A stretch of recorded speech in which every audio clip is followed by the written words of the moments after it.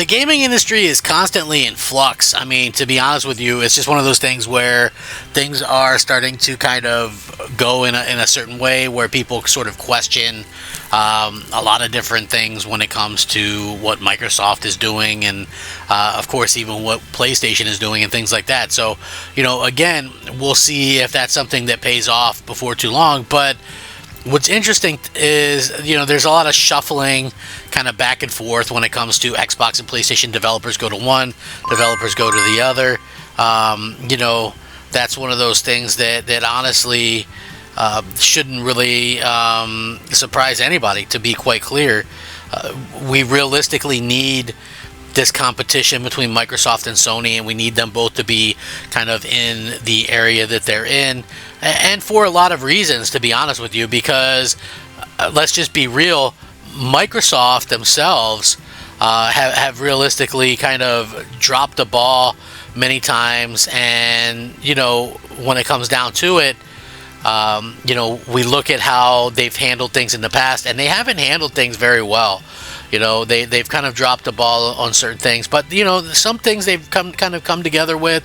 Obviously, for me personally, the biggest issue that I have with Microsoft right now is it doesn't seem like the game situation improves much. They promise a lot of things, but at the same time, they haven't really delivered a lot of the things that they were promising, which is very unfortunate, to say the least. I mean, hey, I've been a big Xbox fan since day one. Xbox to me was like this hardcore gaming machine, and I was so thrilled, man, when I first was playing Xbox and was doing all that kind of stuff back in the day. I was like, man, this is great. And then you get to 360 and it was like such a social experience. You're like playing with your friends and you have Reputation, and all this cool stuff was happening, and it just was like stuff that you hadn't really experienced before.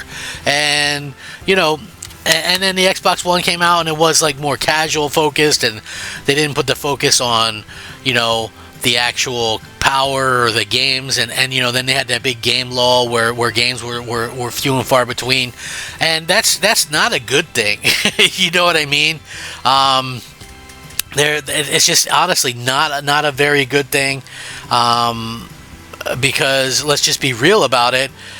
We live in this world where gamers are very fickle, and will pick things based on certain who made it or whatever, and people will have their mind made up with certain stuff. Like, if you think about this for a second, right? Like, people really had their mind made up on on certain things, like if it's good or bad or whatever. Like, hey, I'm gonna buy this because Xbox did this or that or the other thing, and again, that's a real problem, or people won't buy a game because it's on Xbox, right? That's a real shame to me, when that kind of stuff happens, because I feel like Xbox has a lot of good things going for it. Yeah, they don't have everything great going for it, but they do have quite a bit of cool stuff going for it, and gamers can be very fickle when it comes to that. So I want to get into this because this could be a very good video, and it showcases how things change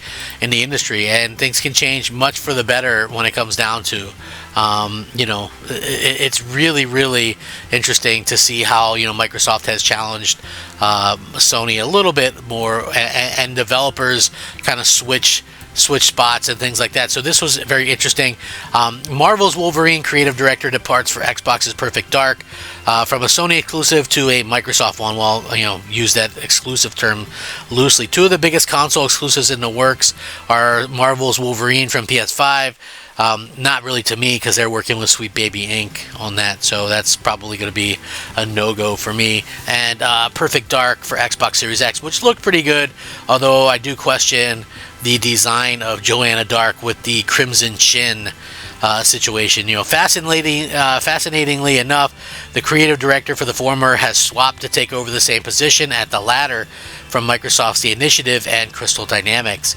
According to this, it was reported that Brian Horton hasn't been overseeing Wolverine since sometime this past summer. In fact, Horton left Insomniac Games altogether to become creative director on Perfect Dark. An Xbox spokesperson actually said to GameFile that he is, quote, bringing his wealth of experience to the upcoming reboot of the classic Secret Agent series. The former Insomniac developer recently served on Marvel's Spider-Man Miles Morales, but apparently creative differences led to Horton no longer working on Wolverine. So again, I want to point this out real quick. Maybe, and you could look at this a couple ways, you know, and I'm not trying to start anything or anything like that. All I'm saying is, you know, that I think Miles Morales was good.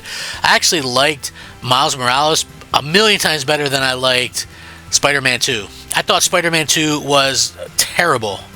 You know, one of the most agenda-driven bad game, like, hey, let's just horseshoe this and now play as this character, now play as that. It's like, I want to play as Spider-Man and I want to be a badass while doing it, right? I don't want MJ to, you know, to look like a dude, and I don't want MJ to go around smacking people and things like, you know, it's like, I don't know, it's just like, to me, it was not good.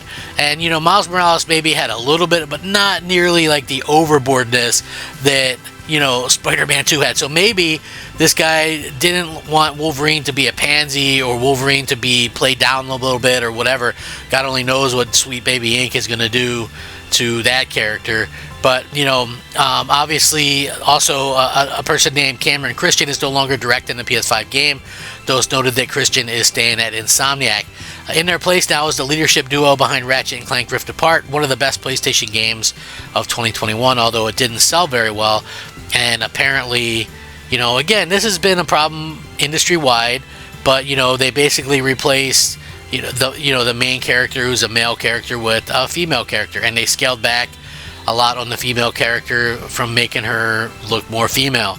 You know, those are, you know, I don't get it to be. But anyway, Mike Daly has taken over the game director for Wolverine with Marcus Smith as creative director.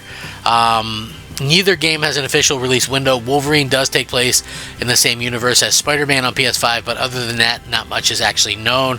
However, do be aware that spoilers for Wolverine spread on the internet after the Insomniac hack last year. Meanwhile, Perfect Dark got its first gameplay trailer in June at the Xbox Game Showcase. It's a single-player game with an emphasis on parkour, gadgets, and spying. Actually looks pretty cool, but again, I did have to question, you know, some of the things that were going on with that, as obviously Microsoft is going to Microsoft, you know.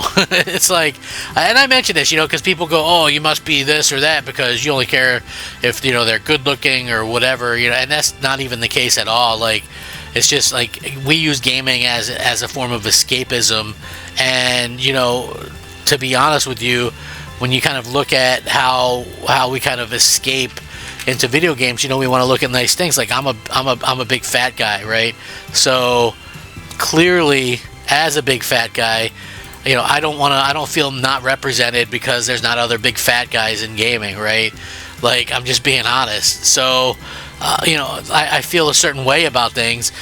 You know, I don't, and it's like, people don't realize that, you know, like, horseshoeing a lot of this stuff and shoehorning these things in doesn't make for a better experience because you're focusing on that aspect instead of the aspect of, hey, is the game any good? You know, is this something that, you know, I want to be part of, and things like that. So I think that is a huge problem kind of going forward. But, you know, look, seeing the creative director and things like that leave a PlayStation exclusive to go to, you know, the Xbox One, that's something that doesn't really happen every day. And if this would have been the other way around, I got a feeling that, you know, people would have been kind of handling it and talking about it in a much different fashion. Like, people would have been like, oh, that's because Xbox sucks and they're leaving because Xbox sucks, or this or that and the other thing. And, you know, I feel like now that it's this way, you don't really see many people talk about it, which is, I feel like, a very interesting type of situation, to say the least, because it does go to show that there could be a little bit, I don't want to say bias, but, you know, obviously there could be something going on there where there's a little bit of a double standard when it comes to, like, Xbox versus PlayStation and things like that. But, you know, I'm very curious to hear what you guys think. You can let me know down below. I certainly appreciate it. And, you know, you guys mean the world to me. It would also mean a lot to me if you liked the video, share it out, subscribe, all that kind of good stuff, because it's really important. It helps the channel grow and to be seen. So I want to thank you guys all for that, and let me know what you guys think about this stuff down below. Do you guys think it's a big deal? Like, to me, if Perfect Dark is a 2025 game, it seems a little late in the game to be switching creative directors. I don't know.